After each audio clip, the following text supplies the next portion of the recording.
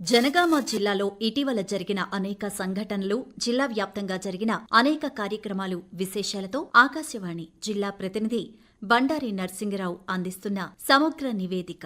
ఈ నెల 18న రాష్ట్ర ప్రభుత్వం ప్రతిష్టాత్మకంగా చేపట్టిన రైతు రుణమాఫీలో మొదటి విడతగా జనగామ జిల్లా వ్యాప్తంగా ₹1,00,000 లోపు రుణం ఉన్న 39,635 మంది రైతుల కుటుంబాలకు ఈ పథకం వర్తించింది. జిల్లాలోని 3 నియోజకవర్గాలైన జనగామ, స్టేషన్ ఘనపూర్, పాలకుర్తి కలిపి ₹233 కోట్ల బ్యాంకులకు చెల్లించారు. ప్రభుత్వ నిబంధనల మేరకు మొదటి విడతలో 1,00,000 వరకు, రెండవ విడతలో ₹1,50,000 వరకు, మూడో విడతలో ₹2,00,000 వరకు దశలవారీగా రుణమాఫీ కార్యక్రమం జరుగుతుందని అధికారులు తెలిపారు. రేషన్ కార్డు లేని వారికి కూడా ఈ పథకం వర్తిస్తుందని అధికారులు స్పష్టం చేశారు. ఈ నెల 2న జిల్లా కలెక్టరేట్లో జిల్లా లీడ్ బ్యాంక్ ఆధ్వర్యంలో జిల్లా స్థాయి సమన్వయ సమీక్ష సమావేశం నిర్వహించారు. ఈ కార్యక్రమంలో జనగామ జిల్లా కలెక్టర్ రిజ్వాన్ భాషా షేక్ 2024-25కు సంబంధించిన ₹4,155.88 కోట్ల వార్షిక రుణ ప్రణాళికను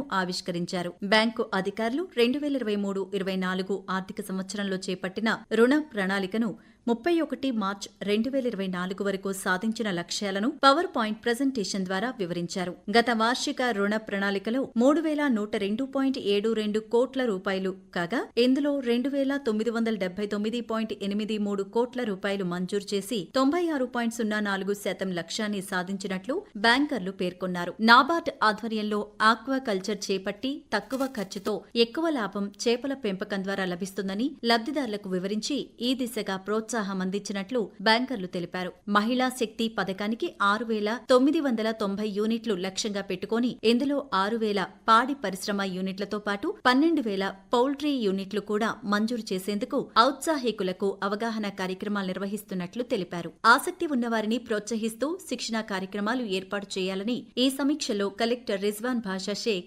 ఆదేశాలు జారీ చేశారు. 2023-24 వానాకాలం యాసంగి లక్ష్యంపై ఈ నెల 9న జనగామ కలెక్టరేట్లో జిల్లా అదనపు కలెక్టర్ రోహిత్ సింగ్ జిల్లాలోని రైస్ మిల్లర్లతో సమీక్ష నిర్వహించారు. 2023-24 వానాకాలం సీజన్లో 864 మెట్రిక్ టన్నుల ధాన్యం దిగుమతి కాగా ఇందులో 69% బియ్యం డెలివరీ అయినట్లు అధికారులు తెలిపారు. యాసంగిలో 1,27,089 మెట్రిక్ టన్నుల ధాన్యం దిగుమతికి 19% బియ్యం డెలివరీ చేయగా మిగిలిన లక్ష్యాన్ని వెంటనే పూర్తి చేయాలని ఆదేశించారు. తెలంగాణ రైతాంగ సాయుధ పోరాట యోధుడు, పెత్తందార్ల చేతిలో తొలి అమరుడైన దొడ్డి కొమరయ్య 78వ వర్ధంతి వేడుకలు ఈ నెల 4న జనగామ జిల్లాలో అధికారులు, ప్రజలు ఘనంగా నిర్వహించారు. జిల్లా బీసీ సంక్షేమ శాఖ ఆధ్వర్యంలోని కలెక్టరేట్లో నిర్వహించిన కార్యక్రమంలో చిత్రపటానికి జిల్లా కలెక్టర్ రిజ్వాన్ భాషా షేక్ పూలమాలలు వేసి ఘనంగా నివాళి అర్పించారు. జనగామ ప్రాంతానికి చెందిన దొడ్డి కొమరయ్య పోరాట పటిమను గుర్తించి రాష్ట్రమంతటా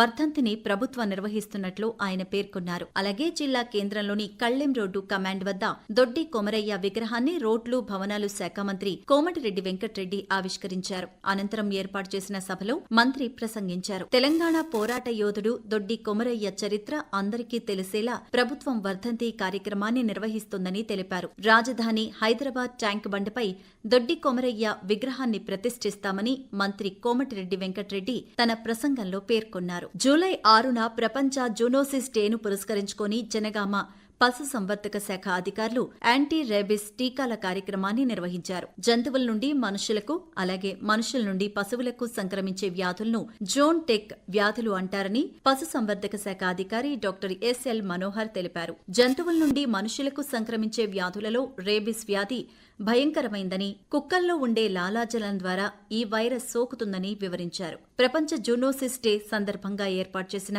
అవగాహన శిబిరాలకు తీసుకువచ్చిన పెంపుడు కుక్కలకు అక్కడే ఉచితంగా యాంటీ రేబిస్ టీకాలను వేశారు. స్వాతంత్ర దినోత్సవం సందర్భంగా ప్రదర్శించే నూతన ఆవిష్కరణల కోసం జిల్లా అధికార యంత్రాంగం పాఠశాలలతో పాటు గ్రామాల్లో విస్తృతంగా ప్రచారం చేసి అవగాహన కల్పిస్తున్నారు. ఈ నెల 8వ తేదీన కలెక్టరేట్లో ఇంటింటా ఇన్నోవేటర్ కార్యక్రమంపై రూపొందించిన పోస్టర్ను జిల్లా కలెక్టర్ ఆవిష్కరించారు.